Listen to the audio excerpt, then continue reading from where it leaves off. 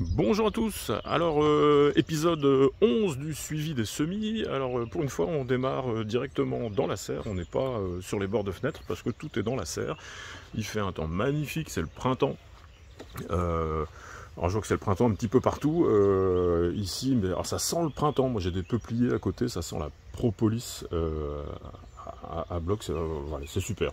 Bon, ça va pas durer, on va revenir au mois de mars ou au mois d'avril, normalement courant de semaine prochaine, mais pour l'instant on profite, c'est vraiment super. Alors je voulais vous montrer un petit truc. Regardez, hop, je vous montre souvent la température. Bah, vous voyez, là j'ai mes deux thermomètres en fait. J'ai mon thermomètre habituel qui est ici, ça c'est le thermomètre de serre, et j'ai celui-ci, le jaune, qui est un nouveau thermomètre, hein, c'est les mêmes modèles, que je mets dans mon châssis, justement pour avoir les différences de température. Alors ce qu'il faut regarder là, c'est pas la température qu'on a instantanément, là il fait 17,5 là dans la serre, on est le matin.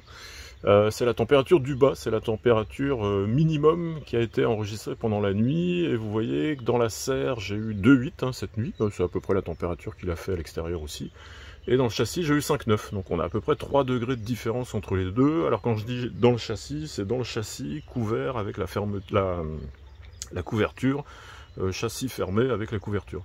Donc vous voyez, ça permet de gagner 3 degrés, en général ça tourne entre 3 et 4 degrés sur les basses températures. Voilà, plus on s'approche de 0, je peux avoir un 0 dans la serre, je vais avoir à peu près 4 degrés dans le châssis. Donc c'est pas mal, hein, avec des fins de nuit froides et fraîches comme on a actuellement. C'est largement suffisant, en tout cas dans mon cas. Alors après, ça dispense pas de surveiller le reste de la météo, hein, parce que on peut quand même avoir des coups de gelée, et alors les tomates, ça gèle à 0, hein, et pas 0 toute la nuit, hein, ça peut être un petit coup de 0 en fin de nuit, là, le matin, et tout est cramé, donc voilà, faut faire attention quand même.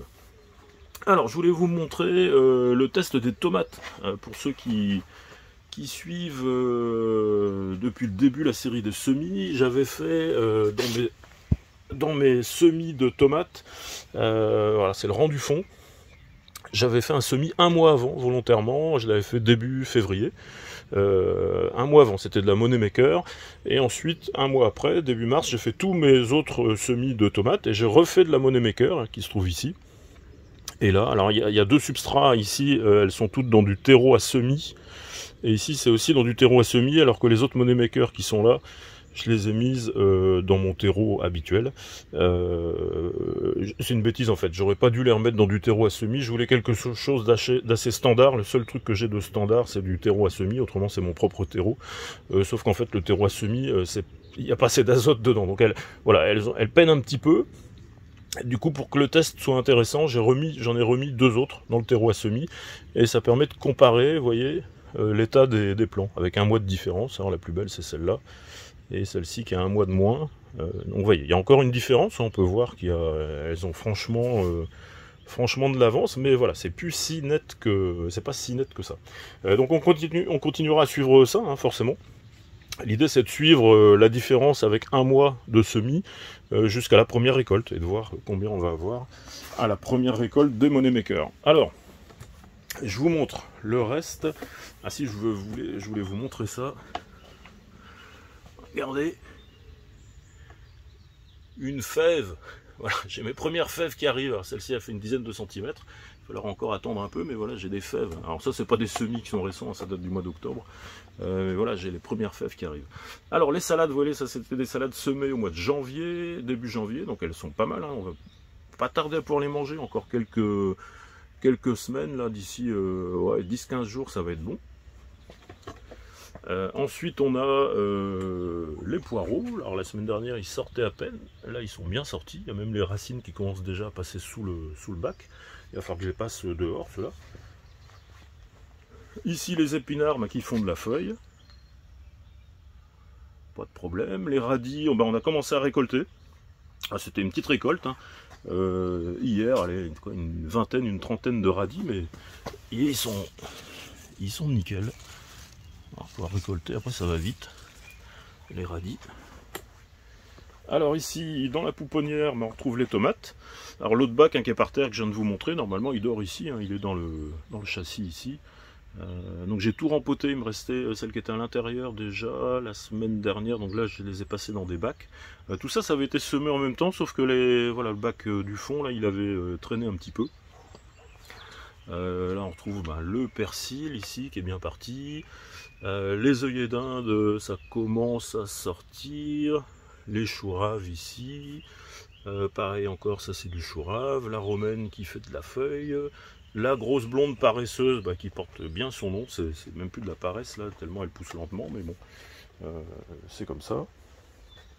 Ici, alors là j'avais remis de la reine de mai. Ça c'est les reines de mai qui vont aller dehors. Donc je les ai rempotées, elles vont rester là encore une bonne semaine. Et puis comme ça elles pourront aller dehors, elles seront déjà bien en forme. Les 2 godets de poireaux, les échalions, tout ça, ça pousse, hein, les oignons de Roscoff qui sont vraiment très beaux, là, je suis assez content. Des choux, là on a du chou brocoli, et l'autre je sais plus ce que c'est, chou de Milan, du chou classique. Alors on passe ensuite ici, alors ça c'est tout ce qui est aubergine, poivrons. Alors là ils sont dans je précise bien, ils sont dans la serre parce que c'est la journée, mais voilà, eux ils passent la nuit par contre dans la maison parce que des températures, les poivrons, aubergines, dès que la température descend en dessous de 10 degrés, ils commencent déjà à pas aimer. Alors à 0 ils gèlent évidemment, mais les températures fraîches de la nuit, ils n'aiment pas du tout, ils arrêtent de pousser en fait, hein, c'est aussi simple que ça. Donc vous voyez, ils sont pas mal, hein. Alors j'ai un peu de perche, j'ai un plant d'aubergine qui s'est fait écrabouiller sur les bords de fenêtre par un des chats, donc bon, ça arrive. Et mes piments que j'avais 3 piments dans mes godets rouges là, et initialement ils étaient dans un espèce de cube en bois avec de la perlite et de la vermiculite. Je les ai passés dans de la vraie terre. Ah, ils n'ont pas aimé du tout, hein. J'en ai 2 qui ont pourri à la base. Voilà, il m'en reste plus qu'un du coup, j'espère qu'il va tenir le coup. Bon, normalement ça devrait aller. Ici on a les melons, le petit melon de Rennes, il va falloir que je les rempote parce que ils commencent à faire leurs feuilles, donc il va être temps. Là il y avait les concombres, mais ils sont sortis. C'est pareil, tout ça s'adore dans la maison. Et ici on a le basilic qui sort, qui commence à pointer le bout de son nez. Alors ça par contre c'est pas du basilic. Hop, on enlève, ça c'est pas du basilic. Voilà, le basilic c'est les petits trucs ronds là qui commencent à sortir. Bon, d'ici demain ce sera tout bien sorti. Là la plaque verte ce sont les blettes. C'est pas encore sorti, ça va pas tarder. Dans le bac d'1 litre carré on a des navets.